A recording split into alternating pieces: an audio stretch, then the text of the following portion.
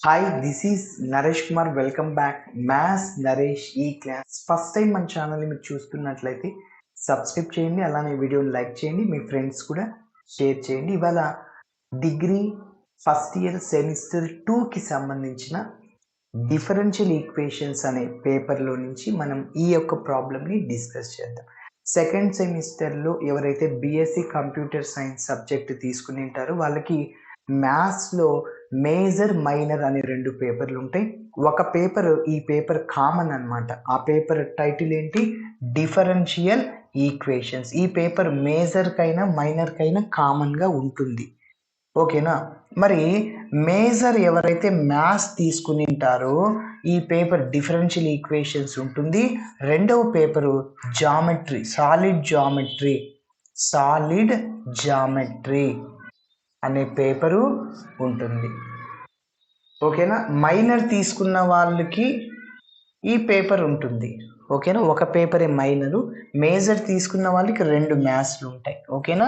Yes, major అయినా minor అయినా ఈ పేపర్ కామన్. ఎవరైతే మేజర్ తీసుకున్నారో సాలిడ్ జామెట్రీ, దీనికి సంబంధించిన అన్ని చాప్టర్స్ మన ఛానల్ ప్లేలిస్ట్లో ఉన్నాయి.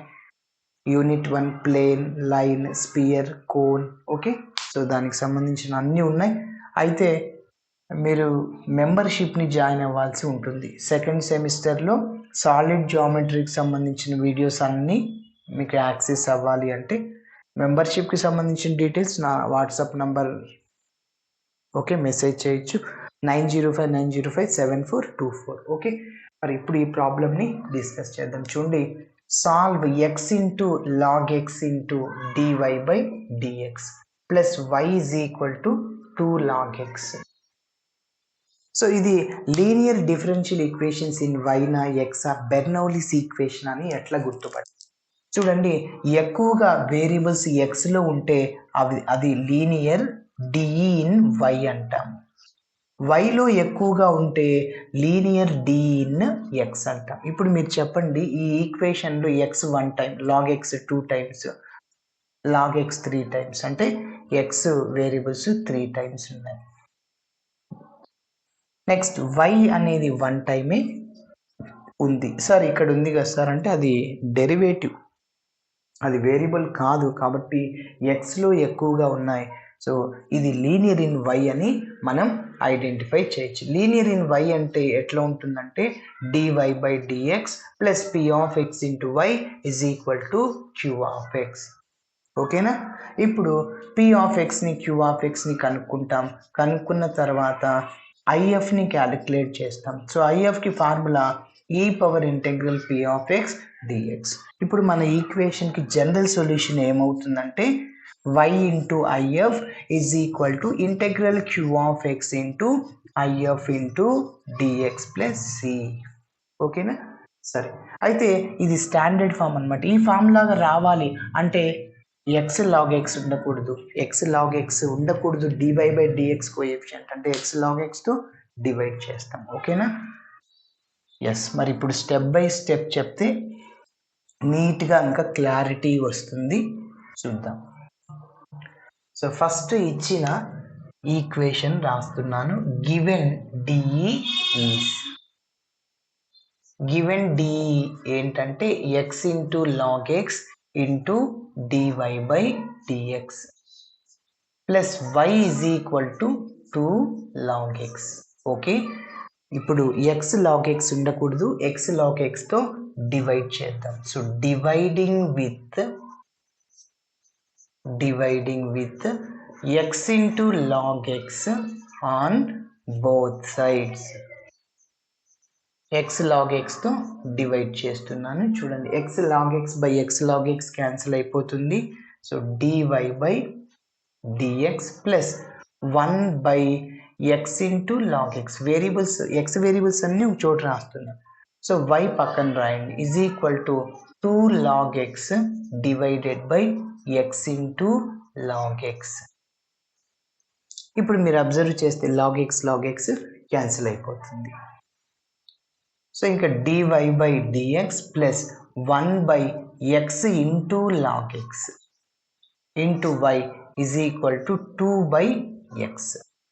ఓకే, ఇప్పుడు మీరు అబ్జర్వ్ చేస్తే చూడండి ఆ స్టాండర్డ్ ఫామ్ వచ్చింది dy/dx plus p of x into y is equal to q of x, where p of x and q of x are functions in the variable x are constants.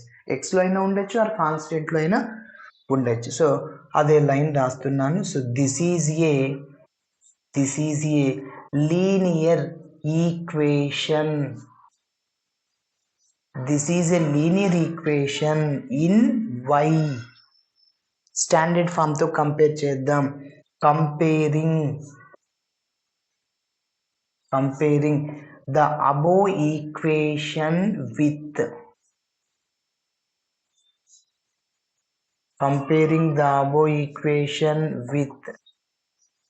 దేంతో compare చేయాలి? dy/dx plus p of x into y is equal to q of x, where p of x అంటే y coefficient, where p of x is equal to 1/x into log x and q of x is equal to 2/x.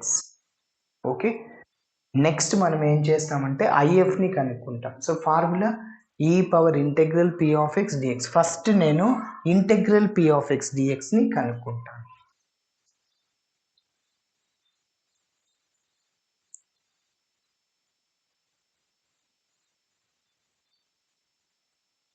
Okay, so integral p of x into dx is equal to integral 1/x into log x, 1/x into log x dx. Yes, ఒక చిన్న point, ఎప్పుడైనా 1/x ఉన్నప్పుడు log x ఉన్నప్పుడు, అది log x న్యూమరేటర్లో ఉన్నా డినామినేటర్లో ఉన్నా 1/x మాత్రం ఉండాలి. అలాంటప్పుడు log xని t అనుకుంటాం, దాని యొక్క డిఫరెన్షియేషన్ 1/x అవుతుంది.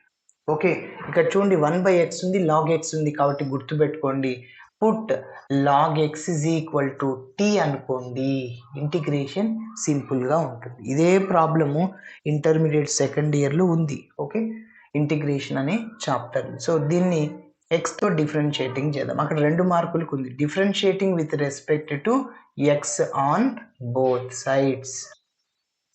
ఓకే, మరి నేను వేరియబుల్స్ ఎక్స్ నుంచి టీలోకి మారుస్తున్నాను కాబట్టి సో లాగ్ ఎక్స్ యొక్క డిఫరెన్షియేషన్ 1/x అవుతుంది. అదేవిధంగా రైట్ సైడ్లో టీని ఎక్స్ లాగా ఫీల్ అయ్యాను, టీని ఎక్స్తో డిఫరెన్షియేటింగ్ చేస్తే dt/dx, ఆ dx ఇట్ సైడ్ వస్తే ఇంటూ dx అవుద్ది, is equal to dt. Yes, ఇప్పుడు చూడండి 1/x dx బదులు నేను డైరెక్ట్గా dt రాసేయచ్చు. 1/, ఇంకా లాగ్ ఎక్స్ అంటే t, 1/t. సో కాబట్టి integral p of x into dx which is equal to integral, చూడండి 1/x dx బదులు ఇక్కడ dt రాయొచ్చు సార్, 1/log x అంటే t. డైరెక్ట్గా ఇంటెగ్రల్ 1/x log x అనమాట, డైరెక్ట్ ఫార్ములా అంటే log t, బట్ t బదులు ఏమనుకున్నాం log x సబ్స్టిట్యూట్ చేసేయాలి, but t is equal to log x. So that is equal to log of log x, ఇది integral p of x into dx. మనం ఇప్పుడు ఐఎఫ్ని calculate చేద్దాం. Integrating factor is equal to integral p of x into dx. So that is equal to log of log x. ఒక formula ఉంది, ఎప్పుడైనా log f of x ఉంటే మనం ఏం రాసుకోవచ్చు అంటే f of x, ఈ లాగ్ క్యాన్సిల్ అయిపోయి f of x, ఈ లాగ్ క్యాన్సిల్ అయిపోయి f of x ఏంటి log x మిగిలిపోయింది. So if is equal to log x. Yes, ఇప్పుడు మనము జనరల్ సొల్యూషన్ని కనుక్కుందాం.